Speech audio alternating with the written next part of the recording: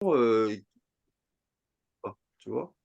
Donc nous, on n'a pas, on sera toujours surpris chaque fois que Dieu va nous faire passer par des étapes, mais à chaque fois, ce sera des étapes intéressantes, parce que derrière, il y aura quelque chose que Dieu a prévu. Parce que j'ai écouté une prédication qui m'a fait rire. Euh, Quelqu'un parlait de comment il s'appelle cet homme où Jésus lui disait de descendre de l'arbre, Zachée, Zaché, tâcher du sycomore. Et c'est vrai, quand tu lis la Bible comme ça, tu lis ça vite fait comme ça. Zachée, il est dit que Zachée était petit de taille, mais il voulait absolument voir Jésus. Comme il y avait la foule, comme il était petit, il ne pouvait pas voir. Donc il fallait qu'il monte sur un arbre. Et le pasteur qui prêche, il dit, pour vous montrer comment Dieu va loin dans les détails et comment Dieu va loin dans le passé pour l'avenir. C'est-à-dire un sycomore, c'est un arbre qui grandit lentement et qui vieillit très vieux, 800 ans, 1000 ans pour certains. Donc ça veut dire que Dieu savait que Zachée, avant la fondation du monde, devait monter sur un arbre pour voir Jésus, et que pour pouvoir se faire, il a fait un jour planter ce sycomore à cet endroit-là. Peut-être des milliers d'années auparavant, des centaines d'années auparavant, voire peut-être des milliers d'années auparavant. Donc Dieu, c'est un stratège. Dieu voit tout à l'avance. Rien ne le surprend. À vous et moi, tout a été planifié. C'est à nous de rentrer dedans. Mais Dieu ne dit pas, ah oui, le pauvre, il a perdu son travail. Comment il va faire pour manger aujourd'hui? Ah, le pauvre, il n'a plus personne avec lui, mais comment il va faire? Non, non, non. Dieu a déjà tout stratifié, tout prévu, tout organisé. C'est à nous laisser guider, c'est à nous laisser faire, c'est à nous à dire, Seigneur, bon, ben écoute, tu as la solution, sors-moi de là, tu sais comment faire, tu as déjà prévu la solution. Puisque pour pouvoir dire à Zachée, descends de l'arbre, aujourd'hui je dois demeurer chez toi. Il fallait que cet arbre-là soit là. Il fallait que quelqu'un vienne planter cet arbre-là. Et comme Dieu ne joue pas au dé, Dieu ne fait rien au hasard, il avait déjà planifié ça. Peut-être 200 ans, 300 ans, 400 ans, 1000 ans auparavant. Alors que la famille de Zachée et ses parents, personne n'était né déjà. Et pourtant, Dieu savait déjà que ça allait se passer. Donc, voilà, c'était pour dire, il expliquait ça pour dire, mais soyez tranquille, soyez tranquille. Celui-là dans lequel on croit, non mais, vous rigolez, c'est un stratège. Amen.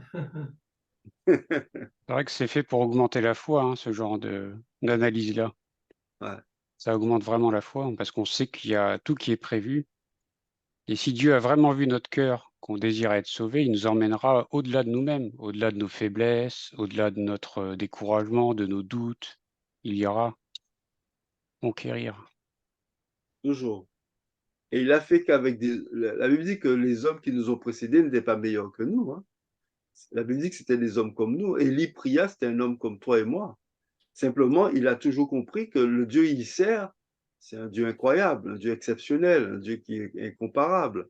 Donc, il n'avait pas de quoi douter ou se poser des questions, tu vois. Et nous, je pense qu'il faut qu'on rentre dans cette dimension de dire, Seigneur, à partir de maintenant, je te fais confiance. Quoi qu'il m'arrive, je sais que tu as la solution, tu as la manière dont il faudra pour m'aider dans telle ou telle situation, réparer, reconstruire, restaurer, refaire, me donner à manger, à boire, etc. Tu vois. C'est le moment de vivre ça. Et on n'aura pas d'autre occasion de le faire. Hein. Donc je pense qu'il faut se préparer à dire, Seigneur, OK, je suis prêt à passer par le désert, je suis prêt à... C'est ça, ouais. Paul disait, j'ai appris à vivre, quelles que soient les circonstances, dans l'abondance, dans la disette, partout, avec les vrais frères, les faux frères, partout, avec les juifs, les romains, le grec, l'hébreu. Et le monde qui cherche le confort, qui cherche à être conforme au système finalement, nous, c'est tout le contraire. Dieu va nous apprendre à sortir du monde, enfin, à sortir du système du monde Mm. Et tout le contraire, finalement, hein. Tout le monde, il y a même, le monde a même des, comment dirais-je, des rythmes et des événements cycliques que tout le monde regarde. Il y a les Jeux Olympiques, il y a Roland-Garros, il y a le cyclisme, il y a le Tour de France, il y a en termes de sport, hein, la Formule 1, etc. Il y a le journal télé à 20 heures, il y a, il y a les musées, il y a le théâtre, il y a ceci, il y a cela. C'est-à-dire, tout est fait pour qu'on soit bien dans le système Ouais, et qu'on n'y sorte pas, quoi. c'est ça. Et d'être addict aussi au système. Moi, je remarque effectivement, quand il y a la Coupe du Monde de football, je veux la suivre. Donc, je vais acheter une télé pour la suivre, etc. Donc, je rentre dans le système. Et c'est tout ça que je rejette, en fait. J'ai pris la décision, finalement, de sortir de toute cette addiction forcée, manipulatrice, pour qu'on puisse plus penser à Dieu, qu'on ne pense qu'au loisir, qu'au plaisir, qu'au sport, qu'au ceci, que cela. Euh, je combats un peu aussi dans ce sens, hein, de sortir de tout ça, hein. Sortir de Babylone. Sortir de Babylone, ah ouais, ouais. Les Rastas, ils te disent tout le temps, il faut sortir de Babylone. Ah ouais. Sortir de Babel. Non, c'est vraiment un état de cœur et cet état de cœur, il faut le mettre à la lumière de la révélation qu'on a de Dieu. Plus on connaît le Seigneur, Ouais. je pense plus naturellement on se met à l'écart de ces choses. Et Mm. moi, le raisonnement que je me dis tous les jours quand je me lève, tout ce que je vois là, autour de moi, c'est pas la vérité. C'est la réalité, parce que je peux le toucher, mais c'est pas la vérité. La Amen. vérité, c'est Christ. Tout le Amen. reste que je vois là, autour de moi, c'est pas la vérité. Donc pourquoi je veux me compromettre dans quelque chose qui n'est pas la vérité? Si moi j'aime Christ, la vérité, tout le reste que je vois là, c'est pas la vérité, tu vois. Donc j'ai pas besoin de me compromettre là-dedans. Ça c'est mon raisonnement pour comment dire, aller plus vite dans le fait de se retirer. C'est de me dire clairement que ni mon travail, ni mon argent, puisque Christ dit, toutes ces choses disparaîtront, qu'il y aura de nouvelles terres, de nouveaux cieux, etc. Si c'était la vérité, ça n'aurait pas disparu. Donc tout Amen. ce que je vois là, c'est pas la vérité, c'est la réalité, mais c'est pas la vérité. Et la Bible dit même que ce qui est vraiment réel, c'est pas ce qu'on voit de nos yeux, c'est ce qu'il y a derrière, ce qui est invisible. Invisible. Parce que c'est de l'invisible que vient ce qu'on voit de visible. Donc ce qui est important, c'est ce qui est invisible. Donc je ne dois pas attacher mon regard sur ce qui est visible, parce que ce qui est visible, ce n'est pas la vérité. Et ce n'est Amen. pas la vraie réalité. C'est Tu ça. vois? On ne voit pas les démons, pourtant ils sont bien présents. On ne voit pas le vent, pourtant il est bien là. On ne voit pas la chaleur, mais pourtant on le sent bien. Tu vois? On ne voit pas le vent, pourtant on le sent bien quand il souffle. Donc ce n'est pas tout ce qui est qu'on voit de nos yeux qui est la réalité et qui est la vérité. Voilà, donc moi j'ai trouvé cette astuce, entre guillemets, de me dire, pourquoi j'ai pas besoin de tout ça? Parce que c'est pas la vérité. Et tout ça est amené à disparaître. Donc je ne veux pas aller mettre ma confiance, perdre du temps avec tout ce que je vois là, parce que L'argent, etc. ça, c'est rien. Ça, c'est qu'une illusion. C'est un peu comme un tour de magie que le diable a joué avec le monde et qu'il a installé tout ça pour faire croire que ça, c'est ça la vie. Comme tu disais, d'aller au cinéma, d'aller à la télé, nanana. C'est des occupations qu'il a données aux hommes. Mais quand Dieu a créé l'homme et la femme, il lui a donné qu'une seule occupation, occupe-toi de la terre, cultive les champs, occupe-toi du jardin d'Éden. Il n'y avait rien d'autre comme Il n'y occupation. avait pas de cinéma. C'était les animaux, le cinéma. Peut-être qu'ils faisaient, eux faisaient du cinéma, mais il n'y Ils, avait pas de cinéma. ils observaient les animaux passer, ils voyaient le cinéma à grandeur nature. C'est ça. Mais c'est intéressant ça, parce que ça renvoie aussi au fait d'aimer la vérité des gens, de les rencontrer dans le ministère, de les toucher, de les voir. et non pas la vérité virtuelle, de préférer, enfin, je n'ai rien contre la télé, Zoom, etc., mais de préférer la vérité des cœurs à qui on parle, qu'on visite, qu'on évangélise, qu'on exhorte, en les voyant, plutôt que le virtuel.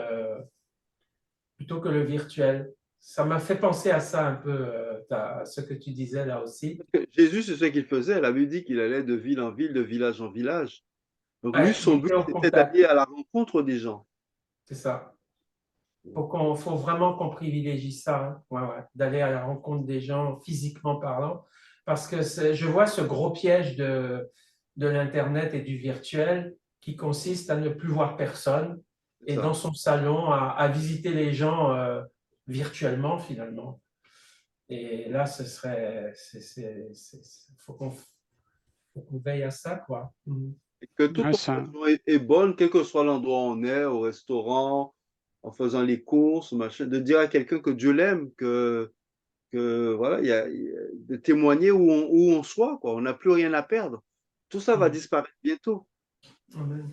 Tout ça va mourir bientôt. Donc on s'attache à quoi? On va nous dire quoi? On va prendre notre voiture, notre maison. Ben, prenez-moi tout. De toute manière, ça va disparaître. Vous croyez que vous allez dormir avec éternellement? Et je en veux bien plus, la en ayant. distinction. Mhm. Vas-y, Marcel, vas-y. Non, non, c'est juste pour dire qu'en ayant cette attitude de renoncement, Dieu nous promet de s'occuper de nous, en fait. Exactement. Ouais. J'aimais bien aussi la distinction que faisait Thierry entre la réalité et la vérité, parce que je réfléchissais à une chose. Justement, les choses invisibles sont la source de ce qu'on voit dans le monde visible. Et en fait, c'est là que se pose la question du discernement. Parce qu'en fait, tout ce qui émane de Dieu, qui a été créé à partir de l'invisible, est bon. En fait, la création, tout ça, ça a été bon. Mais ça a été livré au prince de ce monde qui est venu souiller et déformer les choses. C'est-à-dire qu'on est obligé d'exercer un discernement pour séparer et mettre ce qui est bien d'un côté et ce qui est mauvais de l'autre. Et si on était simplement dans la plénitude de Dieu, que la gloire de l'Éternel remplissait toute la création, on n'aurait même pas ce problème de discernement, je me dis quelque part. Parce qu'en fait, on aurait un horizon qui n'est pas bouché avec un obstacle dans notre champ de vision. On aurait directement l'horizon de Dieu et on n'aurait pas besoin de discernement entre le bien et le mal, mais simplement de l'acuité pour aller dans les profondeurs de Dieu. C'est-à-dire que Dieu mettrait devant nous quelque chose pour un enseignement ou quelque chose qu'on doit creuser, et sachant que c'est entièrement bon, on irait juste dans la profondeur de ce que Dieu nous propose sous nos yeux, et le discernement, il est complètement mis de côté. On n'a pas besoin, C'est en ça. fait. C'est ce qu'il y aura pendant le millénium et surtout pendant l'éternité. Il n'y a plus besoin de discernement, effectivement, Ouais. puisque tout sera parfait, hein.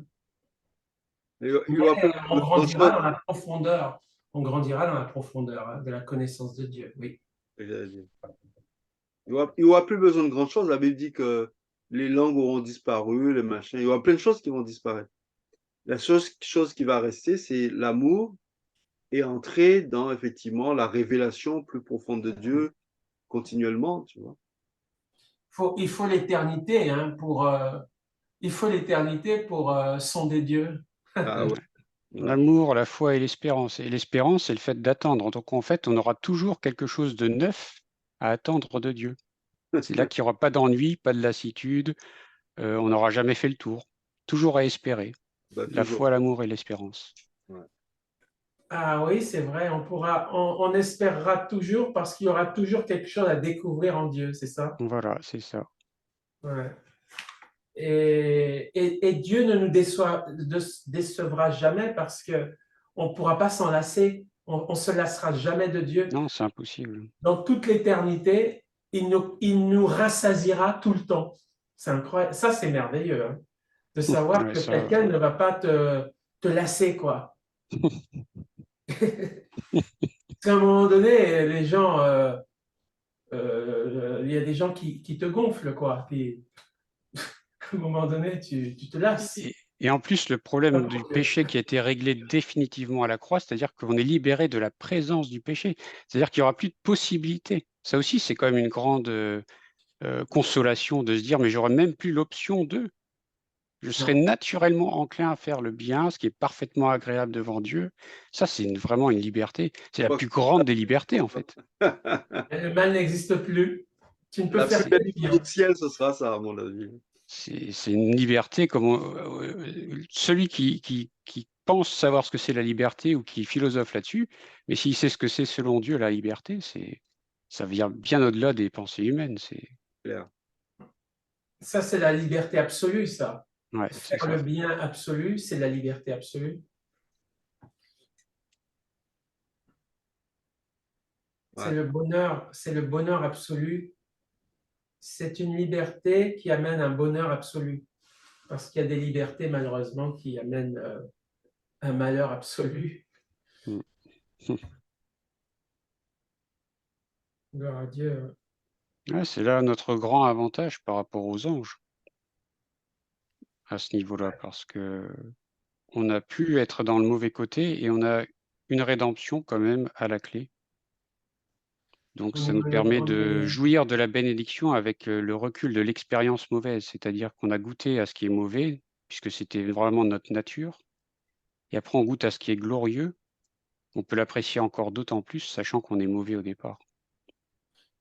Ouais, et sachant que, contrairement aux anges, quand on a goûté à ce qui était mauvais, donc quand on était mauvais soi-même, Dieu nous a fait grâce, nous a donné une chance, ce qui n'est pas le cas des anges. Et puis, on est au-dessus des anges, comme disait Thierry, on est à l'image de Dieu, on est les seuls êtres à être à l'image de Dieu dans l'univers entier.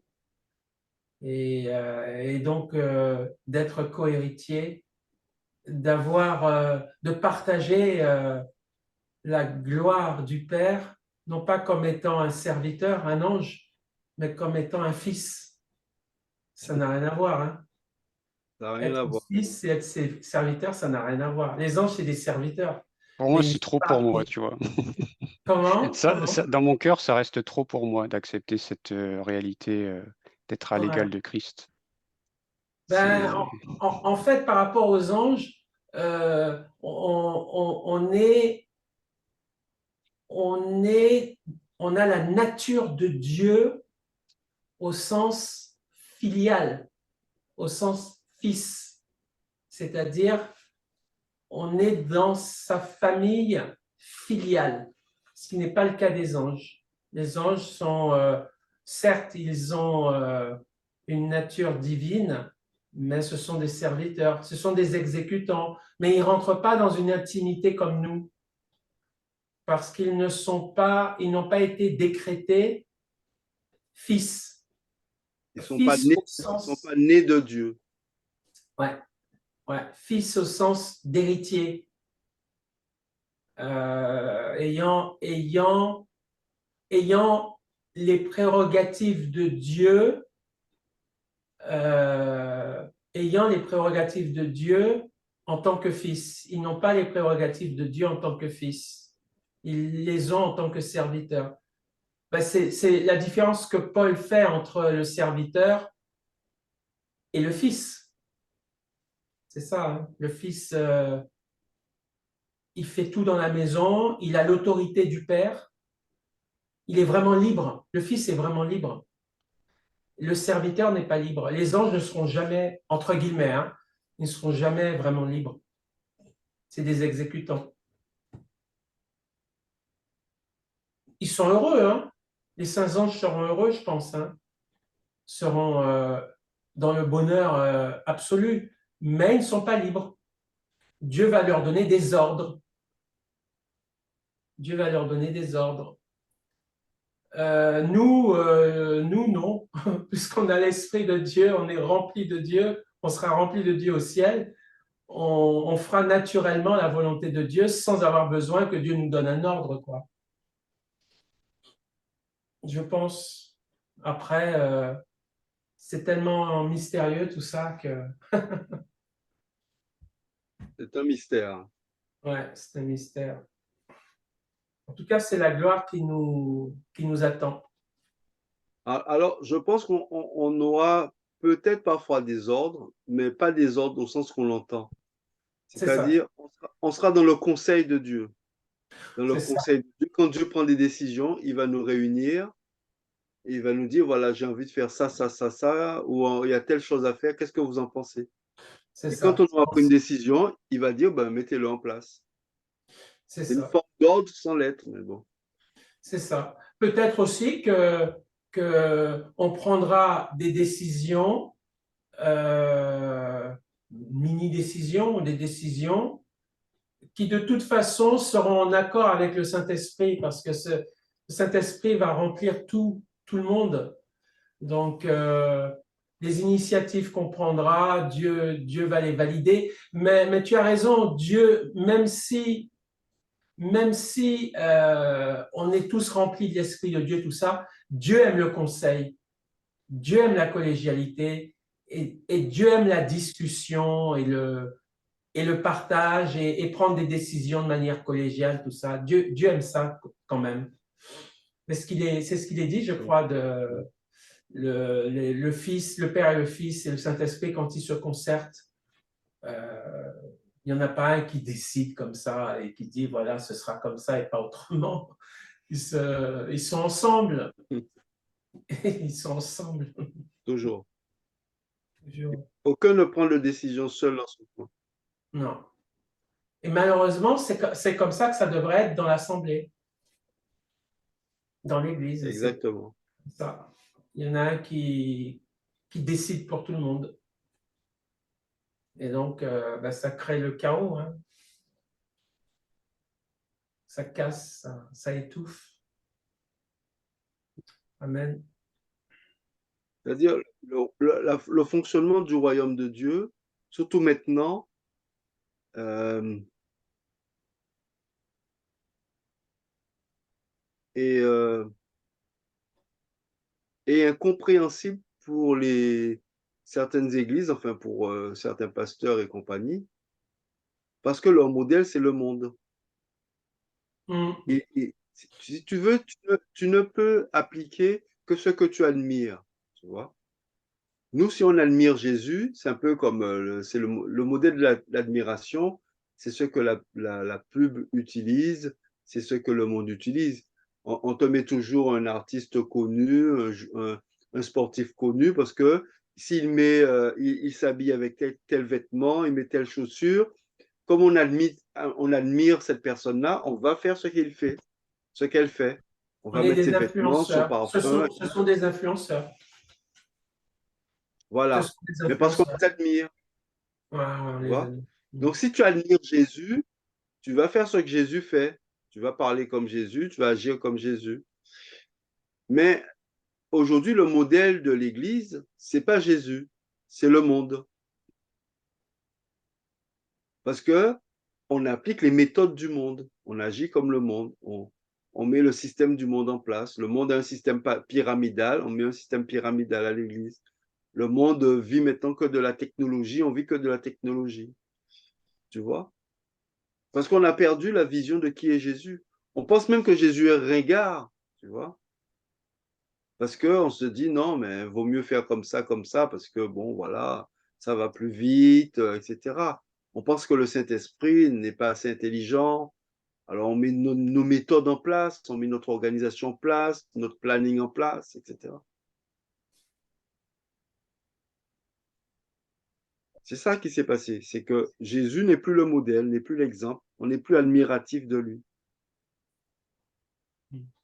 Mais quand tu es admiratif de quelqu'un, comme Jésus l'est du Père, il dit, moi je ne fais rien que le Père m'a montré de ne pas faire. Tout ce que j'ai fait, c'est ce que je fais, ce que mon Père me montre. Tu sens que le Fils est admiratif du Père. Pour lui, le modèle, c'est le Père. Il dit, toutes les paroles que je vous dis, c'est le Père qui me les a données. Tout ce que je En fais, fait, c'est qu'il se glorifie pas lui-même. C'est toujours la glorification, c'est toujours une personne extérieure. En c'est fait, ça. le Père glorifie le Fils et le Fils glorifie le Père. Mais je vais pas me glorifier moi-même parce que ça, ce serait de la vantardise ou de l'ego. C'est fort, ça, quand même. Ouais. C'est toujours l'un qui fait le travail de l'autre. C'est comme pour comment dirais-je, se recommander. Voilà, c'est un frère qui recommande. C'est un frère qui voit le ministère dans la vie de l'autre frère. C'est toujours extérieur à nous-mêmes quand c'est comme ça. C'est ça. La vantardise ou l'avatardise. Mais c'est vrai qu'on fait de Jésus une idole, hein, quelque part, dans la façon dont on le présente dans l'Église. On le loue et tout ça, mais un peu comme une idole. C'est pas forcément le vrai Jésus, peut-être.